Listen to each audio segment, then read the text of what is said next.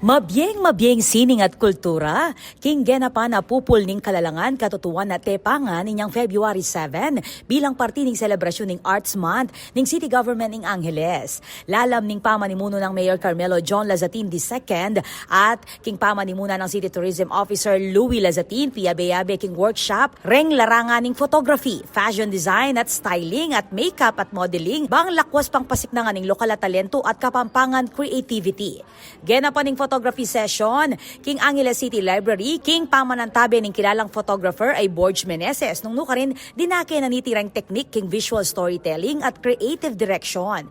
Pwede mo nanda naman dinaan na tiglaw, makeup artist at international model ay Samantha Gomez, ing makeup at modeling sessions. Dininan lang hands-on training, rem partisipanti, kaya bereng tips, king confidence, stage presence at professionalism. King fashion design and styling segment, midake lang kebalwan keti, reng kilalang designer at stylist king syudad, adina Frederick Policarpio, Jojo Makapinlak, Marlon Tuazon, Mitch Veray, Philip Torres, Rosette Biag at Rich Sabinyan. Mayari programa king metong nga runway showcase, king Plaza Angel, nung nuka rin pinresentala rin partisipanti at reng local models king karelang obra.